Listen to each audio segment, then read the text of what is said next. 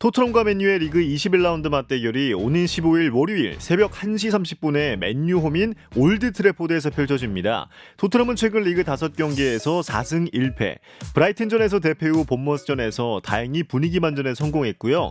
하지만 직전 벌리와의 FA컵 경기에서 손흥민 선수 공백을 느꼈던 토트넘이었습니다. 정말 최악의 결정력을 보여줬고요. 점유율도 63%로 우위를 가져갔지만 예상골 수치인 XG값은 벌리와 크게 다르지 않았고요. 오히려 큰 위기가 두 차례 있을 정도로 어려운 경기였습니다.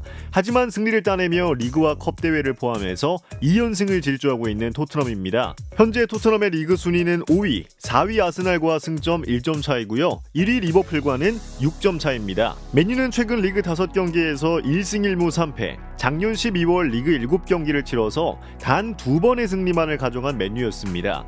직전 노팅엄전에서는 패배를 기록했는데요. 노팅엄과의 경기에서 점유율은 맨유가 55%로 근소한 차이로 우위를 가져갔지만 하지만 예상골 수치인 XG값은 0.76, 정말 좋지 않은 경기력을 보여줬던 맨유였습니다.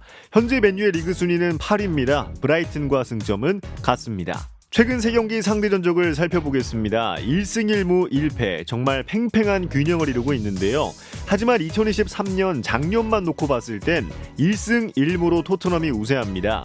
직전 맞대결에서는 사르의 선제골, 마르티네즈의 자책골로 인해서 2대0 승리를 챙겼던 토트넘이었는데요. 스코어와 다르게 경기 내용은 팽팽했습니다. 점유율은 56대 44로 토트넘이 앞섰지만 XG값은 오히려 맨유가 우세했거든요. 슈팅수도 맨유가 5개 많았지만 찬스를 살리지 못했던 맨유였습니다.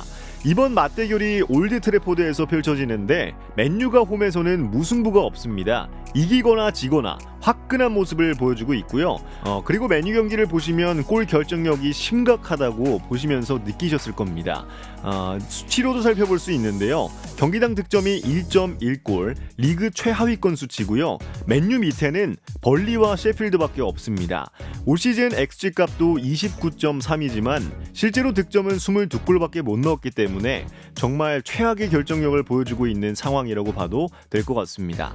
하지만 또 눈에 띄는 한 가지가 있습니다. 맨유가 경기당 실점도 낮다는 점인데요.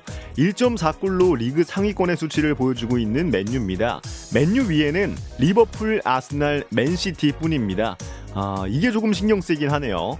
반면 토트넘은 원정에서 준수한 모습을 보여주고 있죠. 10경기에서 5승 3무 2패, 2번의 패배를 기록하고 있습니다. 이번 경기가 손흥민 선수가 빠지는 리그 첫 경기가 되겠는데요.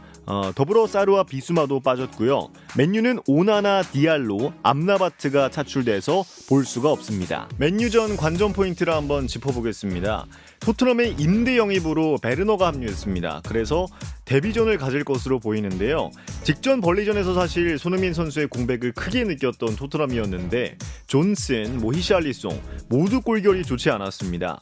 그래서 만약에 베르너가 데뷔전을 갖는다면 첫 번째 옵션으로 베르너, 히샬리송, 존슨 조합으로 나올 수도 있겠고요. 혹은 또 베르너, 존슨 그리고 클루셉스키로 나올 수 있겠습니다. 그리고 이 공미 자리가 중요한데 로셀소가 지난 경기에서 부상을 조금 당하면서 로셀소가 못 나올 수도 있는 가능성이 있거든요. 그래서 만약에 로셀소가 못 나온다면 공미 자리에 클루셉스키 그리고 베르너, 히샬리송, 존슨, 로셀소가 나온다면 존슨과 클루셉스키가 오른쪽에서 좀 경쟁을 하면서 누가 나올지는 지켜봐야 될 것 같습니다. 지난 시즌까지 베르너의 폼이 나쁘지가 않았습니다. XG값과 득점 수가 딱 일치하는 모습이었거든요. 넣어줄 것들은 넣어줬다라고 보시면 되겠고 하지만 올 시즌에는 단 8경기만을 뛰었습니다. 경기를 많이 못 뛰었기 때문에 현재 어느 정도 폼인지는 조금 확인해 볼 필요가 있어 보입니다. 개인적으로는 사실 저는 베르너를 좀 기대하고 있거든요. 가장 중요한 게 동기부여가 돼 있다는 점이 일단은 저는 합격이라고 보고요. 유로 대회에 출전하기 위해서 본인이 남은 시즌 정말 뭐든 보여주려고 할 것 같아서 베르너에게 좀 기대를 걸어보고 있습니다. 자, 두 번째 관전 포인트는 벤 데이비스가 부상을 당했지만 동시에 반도벤이 복귀를 했습니다. 지난 벌리전에서 터치라인에서 몸 푸는 모습 정도는 나왔었거든요. 반도벤이 다시 돌아와서 수비진에 좀 안정감을 더해줬으면 좋겠고요.